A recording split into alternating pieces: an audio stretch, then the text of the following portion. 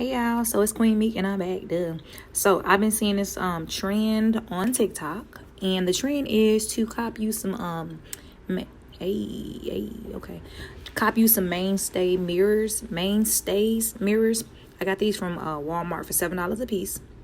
I had got like 5 of them, and then what you got to do also is get this little, it's this good Velcro stuff, right? So it sticks to the wall. I got the the old school bumpy walls, so it was taking me some time to put this on here, but it wasn't too bad. I wanted it to have it at least above my couch, and yes, I was having issues with it because it was not sticking and it was crooked. I ain't like that at all. It was definitely crooked. It was crooked. So I'm like, nah, this ain't gonna work, because it would have fell off and I would have been so mad, because when you break mirrors, it's bad luck, right? Y'all knew that.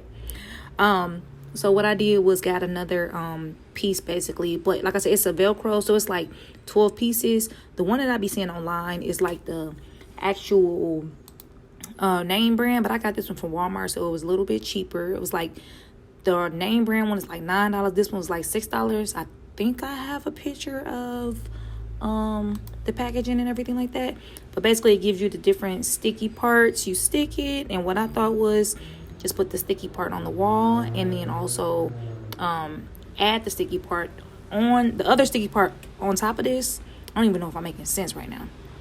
And then once I get done doing that, just plaster the the mirror on there.